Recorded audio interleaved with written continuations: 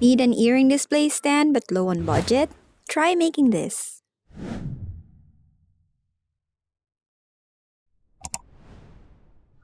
Hey my Spark, Zane here. Oink Warrior asked for a tutorial, so here it is. So the materials we will be needing are the following. Popsicle sticks, hand drill or electric drill, sandpaper, filing tool, clips, wood glue, glue applicator. I'm using this flat tip silicone brush since it's easier to clean the glue after it's dried up. You can use anything you have. Even a scrap cardboard will do or a popsicle stick. Acrylic paint, which is optional if you want to paint yours or not. Paintbrush or airbrush. I'll be using airbrush this time just because it's quicker and the result looks a lot cleaner than what I did in the previous one. Top coat or sealer or varnish. White primer. X-Acto knife or cutter. I find it easier to use this for cutting the popsicle sticks. Bottle cap. This is optional if you want the feet to have the curved look. First, determine how big you want the stand to be. This will help you know how much popsicle sticks you will need for this project. Feel free to design your own and get creative. I just made the most basic design I could think of at the time. So this one needs 8 sticks, while this other one needs 13 sticks. For this video, I will only be showing the process for this one. Let's call this 8 sticks. It's basically the same with this one. Let's call this other one 13 sticks because I just filled in the gaps you can see here in the 8 sticks to make this 13 sticks one. So for this design, we need 6 sticks for the front and 2 sticks on the back to connect them. And then we need 3 more sticks to make the feet of the stand. So in total, that would be 11 sticks. Next, I determine the middle section of the popsicle stick. This will help me divide and determine how many holes I can fit in the popsicle stick. To make it simple, I use the popsicle stick to measure the space between the holes. If you're displaying large earrings, you might want to make the space larger. Though having them spaced like this gives more versatility, I think. But of course, it's totally up to you.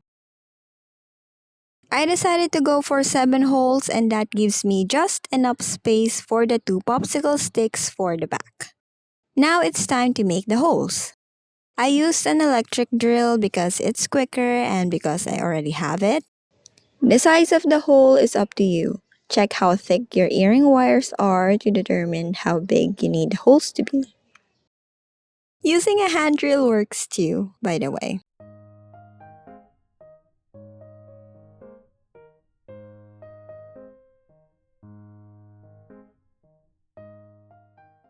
The back will look ugly, so let's use sandpaper to quickly fix that.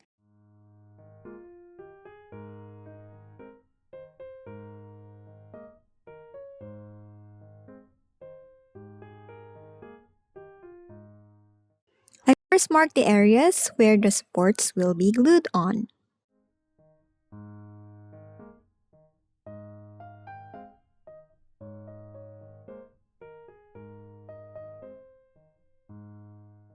Let's use an X-Acto knife to score the area where we will glue the popsicle stick to connect them. Just scratch the area however you want and do that for all the popsicle sticks. Then apply glue on it and put them together. Use clips to keep them pressed until the glue dries completely. So I'm using binder clips, but if you have any other kind of clips or clamps that you already have and you can use them to keep the popsicle sticks pressed, then that works too. I just used another popsicle stick to determine the spacing between them. As you can see, the guides I marked aren't accurate, but that's fine. The popsicle sticks are not exactly the same size, so that's to be expected. I prioritize making the holes on the popsicle sticks to align with each other as well. I'm also painting this anyway, so the guides will be covered. If you're not going to paint yours, I suggest marking the popsicle stick slightly so you can erase the guides without leaving a trace. And that's it. The display is done. I left mine overnight just to let it really dry completely. Next, let's make the stand and the display stand. I measured and marked 2 4 centimeters long divisions on a single popsicle stick.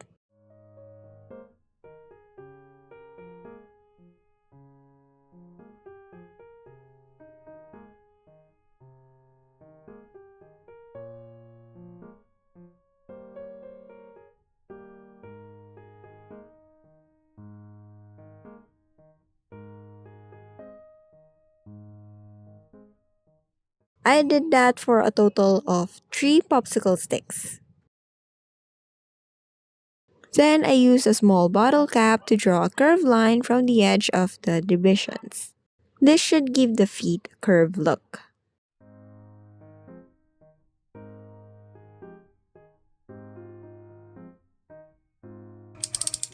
Let's get to cutting. Cut out each of the curved foot parts.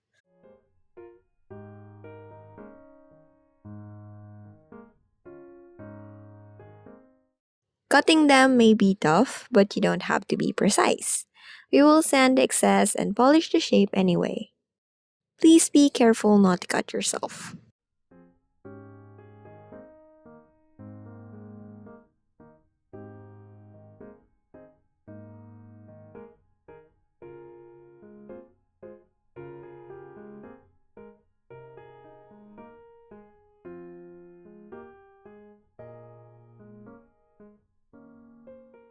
Next, I mark the slit I'm going to cut out from this foot part.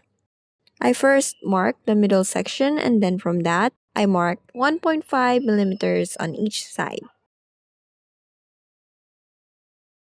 Then I also mark the middle section lengthwise. This is a bit tougher to cut, but just do it slowly and carefully.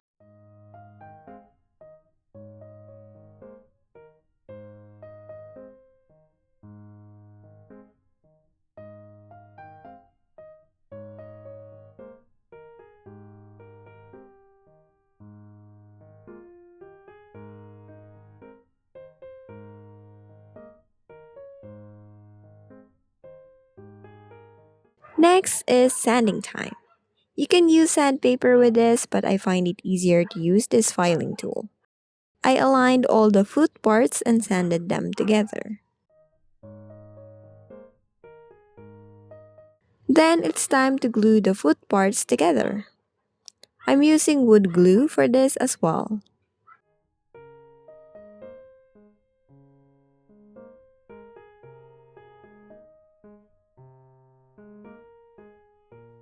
Same as before, I'm using clips to keep them pressed together. Let the glue dry completely. I noticed they still aren't aligned properly, so I'm gonna sand them again to make them look pretty. I ended up cutting out the excess areas using the cutter, but I didn't show it here. And once I am satisfied with the shape, it's time to paint. I was going to paint it with white primer first and then paint it with green acrylic paint. However, I also wanted to paint it with a lighter shade, so I decided to mix the white primer with the green paint. Now I have this pretty mint green color. Remember how I said earlier that using an airbrush would be quicker? Well, I lied. Since I ended up mixing colors, doing so in intervals made the paint in the airbrush dry up and clog it. It became quite a hassle, so I decided to just use a paintbrush instead to paint the rest. And let that dry completely. Lastly, we'll apply a sealer. Let's apply several coats of this just to make sure, and it's done. If you ever made this yourself and you designed your own simple stand, earring stand, I would love to see it, so please tag me. I would love to see your works, and if you don't want to share it, that's fine too. It's okay. Thank you so much for watching. I hope this helped. Take care, stay safe, and stay crafty. Bye!